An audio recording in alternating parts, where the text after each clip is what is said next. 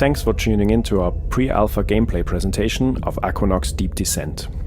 For those of you who do not know the series yet, the series started with Archimedean Dynasty, in Germany Schleichfahrt, which was followed by Aquanox 1 and Aquanox 2. With Aquanox Deep Descent, we're updating the series, we're rebooting it, and we're starting with a new entry and a new version of this underwater world. For Aquanox Deep Descent, we are aiming to combine the best of both worlds, take the strategic depth of the DOS classic Archimedean Dynasty, combined with the fast-paced action that you had in Aquanox 1 and Aquanox 2. Like the original series, the game is a deep-sea vehicle shooter set in a dystopian world where the surface of the Earth has been completely destroyed by humanity, and mankind has had to flee into stations in the deep sea, in the oceans, former research stations, mining stations, so places that were never meant to be a habitat for a lot of people. And now the scarce remainder of humankind has to somehow try to survive in this hostile world.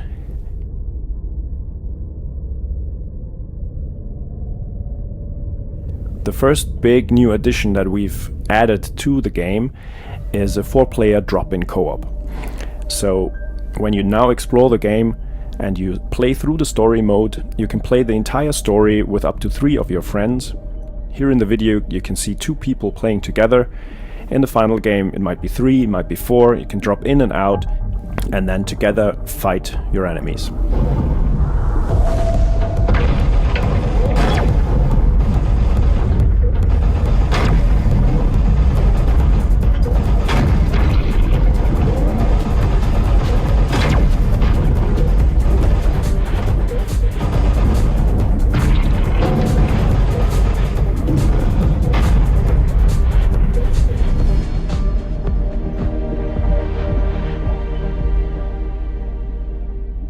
At the heart of the series has always been the deep sea combat.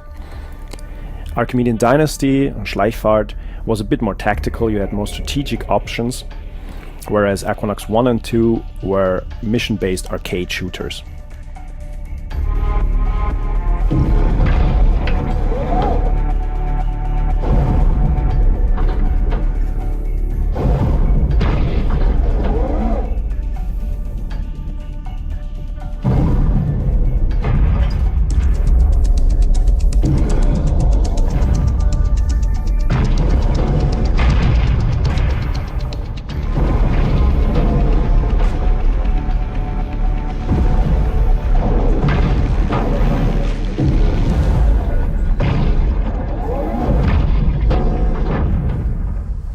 Apart from the 4-player drop-in co-op, the next big addition are the customizable ships.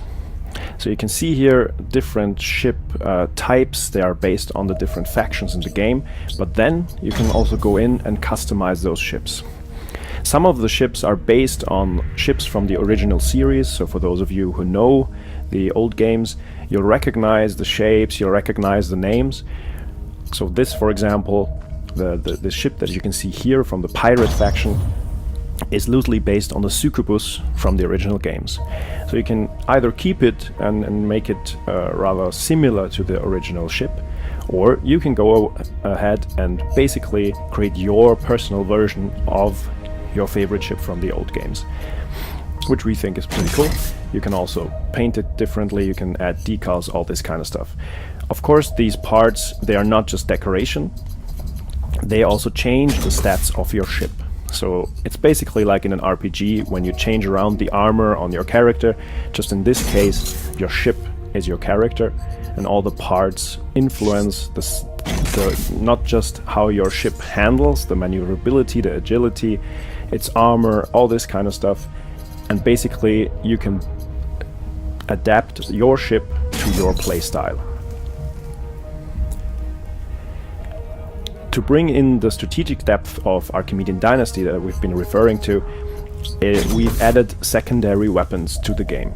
So apart from the 2 big primary weapons that you see in your cockpit, you've got 6 different types of these in the game. But on top of that, you've got secondary weapons which you can directly put on your ship. Those are tactical weapons that, for example, automatic turrets that shoot at the enemy, that aim automatically at the enemy, or mine droppers that drop mines behind you. Like this, you can really customize your playstyle via the ship. You customize the ship to fit how you want to play the game.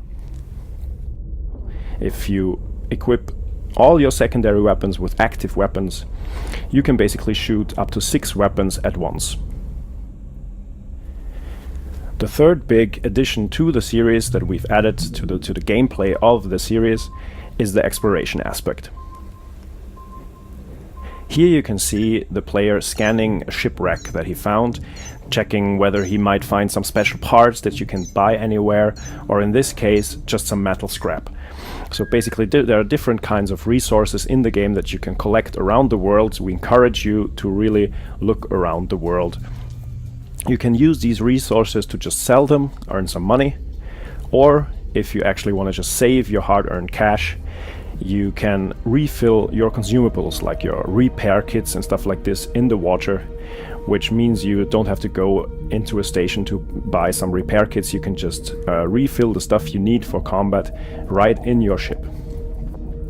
The game itself is structured to have several bigger zones. Each zone you can basically dive around freely, you can explore it freely, and you unlock zone by zone and can always return to the earlier zones that you found. So that later in the game, when you've got a better ship, you can go back to a zone you've been to previously and explore the deeper parts, the deeper caves of that zone.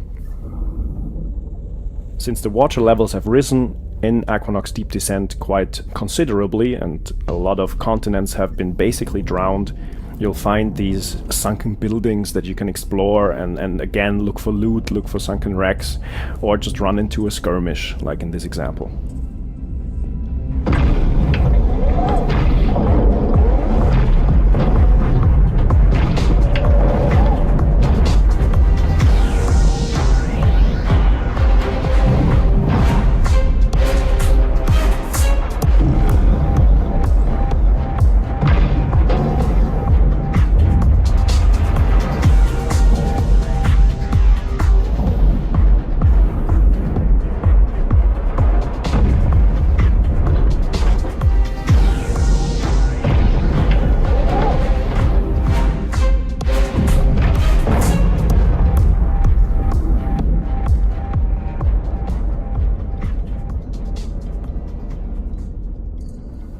In the game we really try to be as immersive as possible and to keep you in the cockpit as long as possible. So here you can see the player using the free mode, where you can look around freely in your cockpit, enter some of the menus. So we've tried to really keep some of the main menus inside the cockpit. You don't have to go into some external menu. Your world map, your mission list, all of this is in little displays in your actual cockpit. In this case, the player has just changed his primary weapon setup and put on a railgun, which is basically like a more sniper-like weapon, so that he can, from a dark cave, from the entry of a dark cave, surprise the enemy from behind.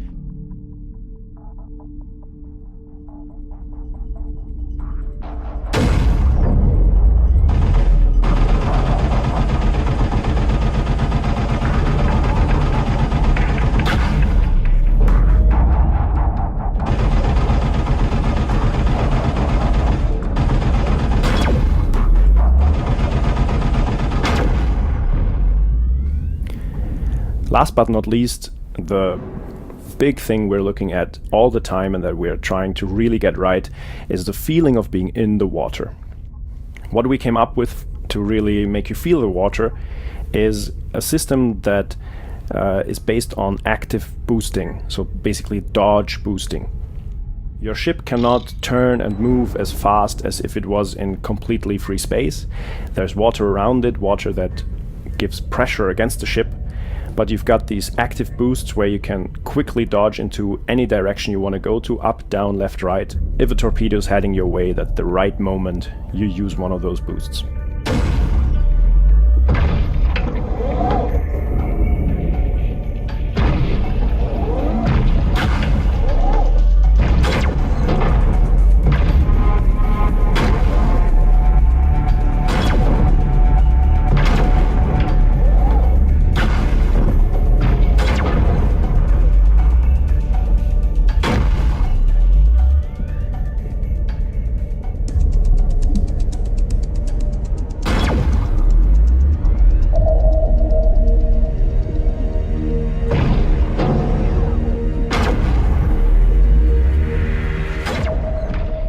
game is set to release for late spring 2017 with 4-player drop-in co-op and also classic multiplayer. The classic multiplayer we hope to bring to you by the end of this year already as a beta, so you can check out the game, give us your feedback. We know that you can only do a great multiplayer with the help of the community. And the game will be released on PC, Mac and Linux, and we're also looking into making it, bringing it out on Xbox One and PlayStation 4. We hope to see you very soon in the world of Aqua, and we hope that you enjoyed this little presentation of our pre-alpha gameplay of Aquanox Deep Descent. Ты думаешь, у тебя хватит сил и контроля?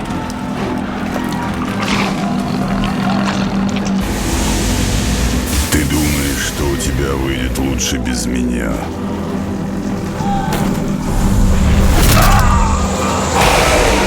Дурак.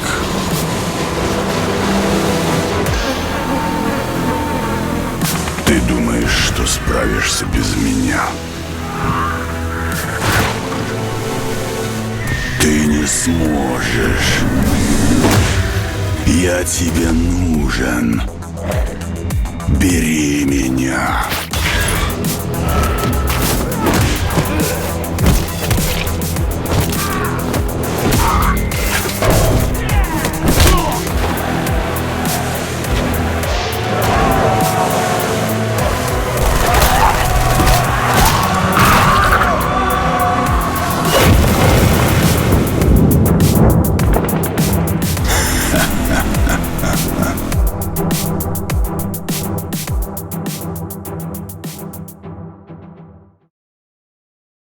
You have to agree with me that you have to face your fears, your darkness, and the stain of your soul. You have to face it. Face it.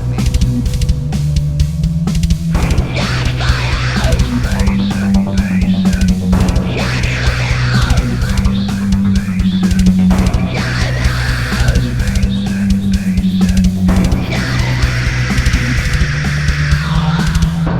I don't think that you're quite hard enough. Perhaps you're hiding something inside our soul. Only you don't know that your mind's a mystery. Not just for me, but for you.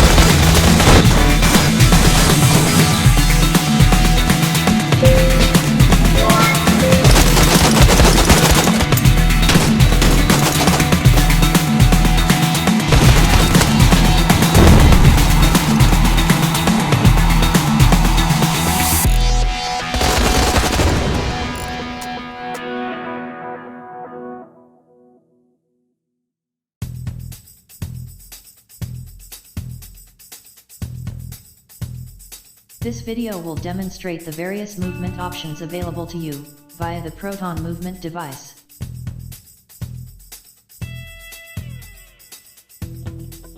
Method 1.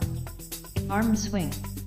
Hold down the left trigger on your Proton movement device. Now, swing your arms like you are walking. You will now walk in the direction you are swinging your arms. Woot. Method 2. Bubble. Hold down the left trigger. A red bubble will appear where you pull the trigger. The position of your hand relative to the bubble controls your direction of travel. Method 3. Player relative. Hold down the left trigger, then move your hand in the direction you wish to go. The position of your hand relative to your body controls your direction of travel.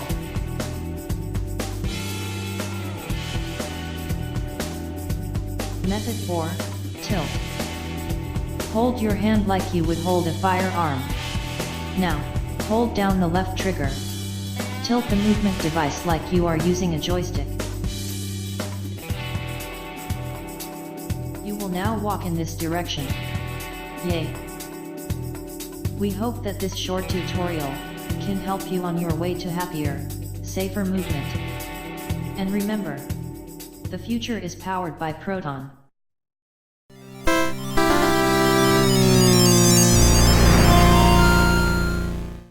Super Mega Neo Pug 1.2 is here. This is the first free content update, including brand new characters, each with a unique perk.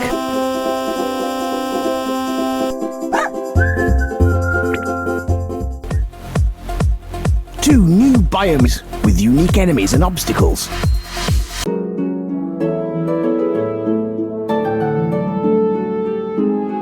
New original songs. New power-ups to pick up and 8 new trophies to collect.